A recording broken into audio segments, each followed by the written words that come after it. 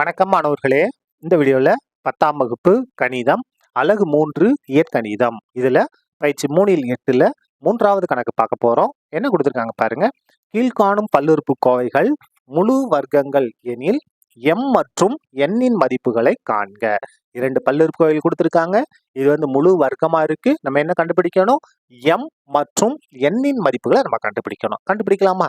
பாருங்க, முதல் இது கொடுத்தது அப்படியே எழுதிட்டோம். நமக்கு அடுக்குகள் எல்லாமே இறங்கு வரிசையில இருக்கு. அப்ப நம்ம கணக்கை ஆரம்பிக்கலாம். என்ன செய்யணும்னா கடைசியில ரெண்டு உறுப்பா பிரிச்சுக்கிடணும். அதாவது இது ரெண்டும் ஒரு செட்டு, இது ரெண்டும் ஒரு செட்டு. ஏன்னா நம்ம கண்டுபிடிக்க போறது என்னது? வர்க்கமூல மெத்தட்ல m மற்றும் n இன் மதிப்புகளை கண்டுபிடிக்க போறோம். இங்க 36 x ன் அடுக்கு 4. முதல்ல 36ஓட வர்க்கமூலம் என்ன? 6. இங்க டாப்ல எழுதணும், சைட்ல எழுதணும். சரியா? மேல எழுதணும், இங்க ஓரத்துல எழுதணும். எக்ஸ் ஸ்கொயர், x ன் அடுக்கு 4 இருக்கு இல்லையா? இதோட வர்க்கமூலம் என்னன்னா எக்ஸ் ஸ்கொயர். அதாவது அடிமானம் மாறாது, அடுக்குல பாதி. அப்ப என்னது? X square. இங்க எழுதணும், சைட்ல எழுதணும். இப்ப ரெண்டே பெருக்குங்க. 6 6 36. எக்ஸ் ஸ்கொயர் எக்ஸ் ஸ்கொயர் பண்ணா எக்ஸ் ன் அடுக்கு 4. குறிய மாத்துங்க. பிளஸ் இருக்கா? மைனஸ். அப்ப என்ன ஆயிரும்? பிளஸ் 36 எக்ஸ் ன் அடுக்கு 4 மைனஸ் 36 எக்ஸ் ன் அடுக்கு 4 கேன்சல் ஆயிரும். அடுத்து எத்தனை உறுப்பு இறக்கணும்? 2 உறுப்பு இறக்கணும். ஏன்னா நம்ம கண்டுபிடிக்கிறது வர்க்கமூலம்.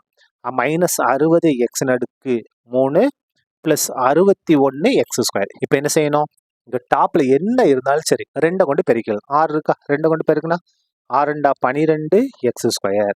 இப்போ இந்த முதல் உறுப்பை இந்த இதை கொண்டு வகுக்கணும். என்ன இருக்கு?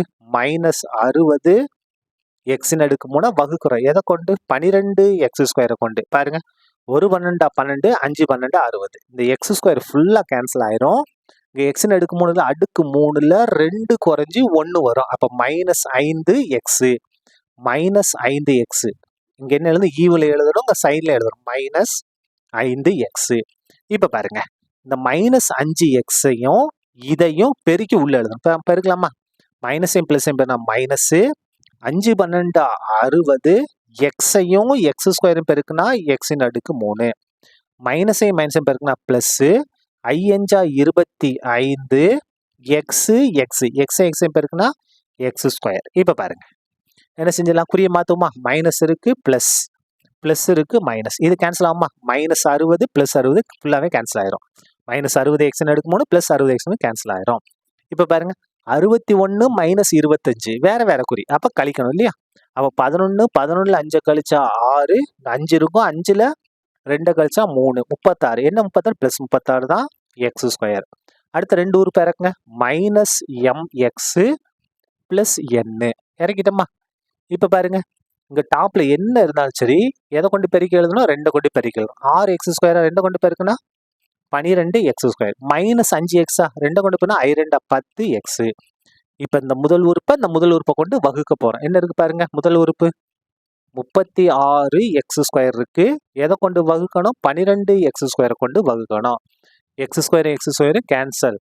1 12 12 3 12 36. என்ன 3? பிளஸ் 3. அப்ப டாப்லயும் பிளஸ் 3 சேர்க்கணும், சைட்லையும் பிளஸ் 3 சேர்க்கணும். இப்ப என்ன செய்யணும்? இந்த கடைசியில சேர்த்தோம் இல்லையா? இந்த 3ஐயும் இதையும் பெருக்கி உள்ள எழுத போறோம். எழுதுவோமா? பாருங்க, 3 12 36 எக்ஸ் ஸ்கொயர் அப்படியே வந்துடும். அதுக்கு அடுத்தது பிளஸையும் மைனஸும் பாருங்க, மைனஸ் 3 10 30 30 எக்ஸ். சரியா? பிளஸையும் பாருங்க, பிளஸ் தான். 3 9. இது வந்து முழு வர்க்கம். அப்ப மீதி என்ன? 0 தான். என்ன செஞ்சா? குறிய மாத்தணும். பிளஸ் இருக்கு, மைனஸ் மைனஸ் இருக்கு, பிளஸ் பிளஸ் இருக்கு, மைனஸ். சரியா?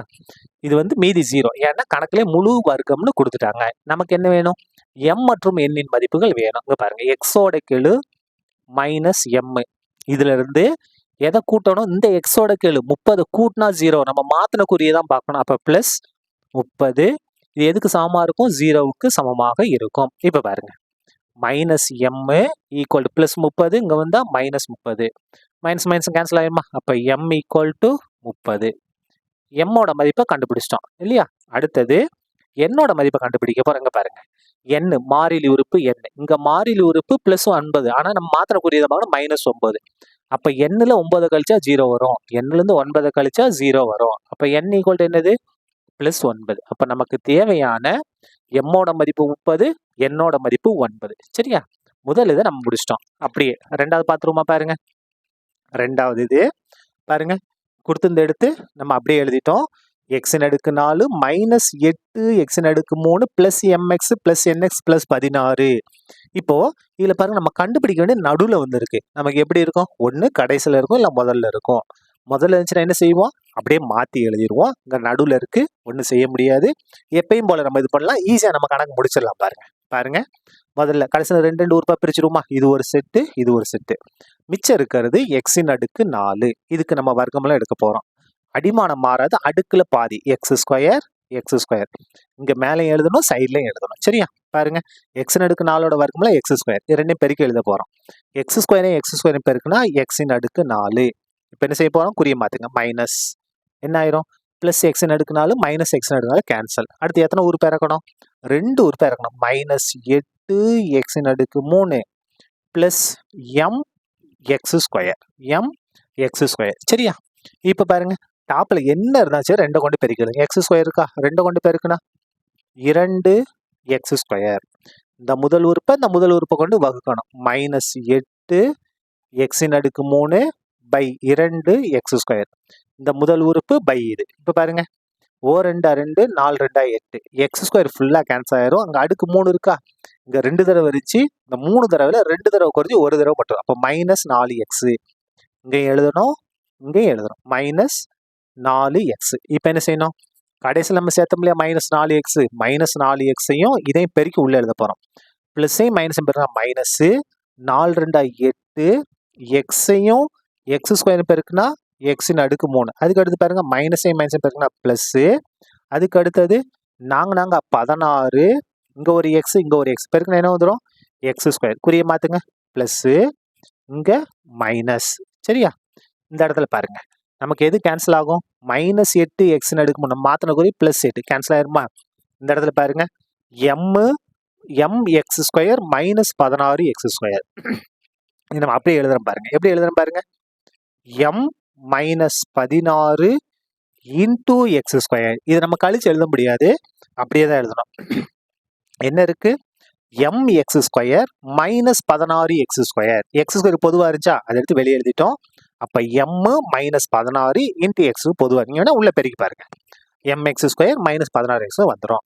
அடுத்து ஒரு கீழே இருங்க பிளஸ் என் எக்ஸ் பிளஸ் 16. அடுத்த 2 உறுப்புகளை நம்ம கீழே இறக்கிட்டோம்.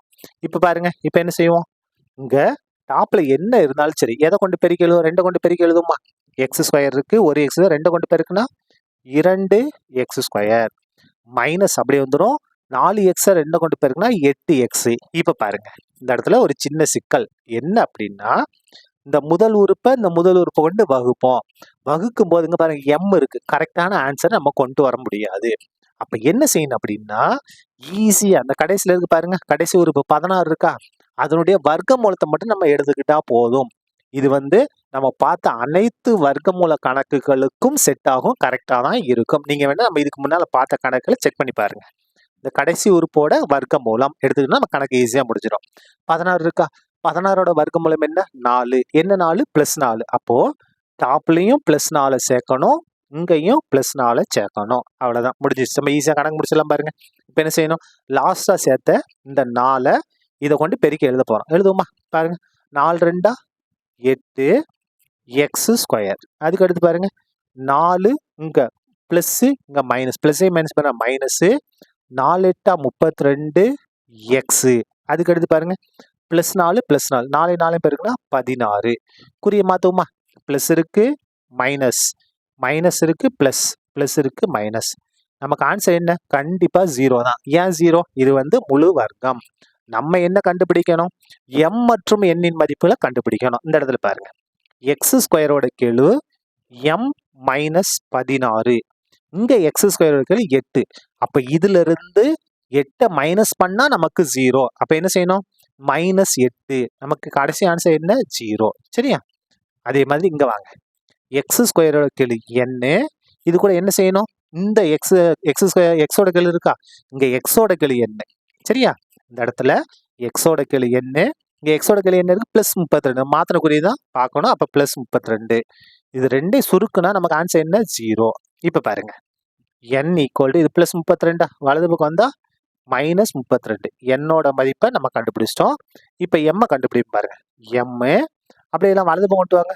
+16 +8 மாறிடும். வலது பக்கம் வந்து ப்ளஸ்ஸாக மாறும். அப்போ m ஈக்குவல் டு 16 8 கூட்டினா 24. இதான் என்னது? நமக்கு தேவையான எம்மோட மதிப்பு 24, என்னோட மதிப்பு -32. சரியா? அவ்வளவுதான். இந்த கணக்கு முடிந்தது. நன்றி.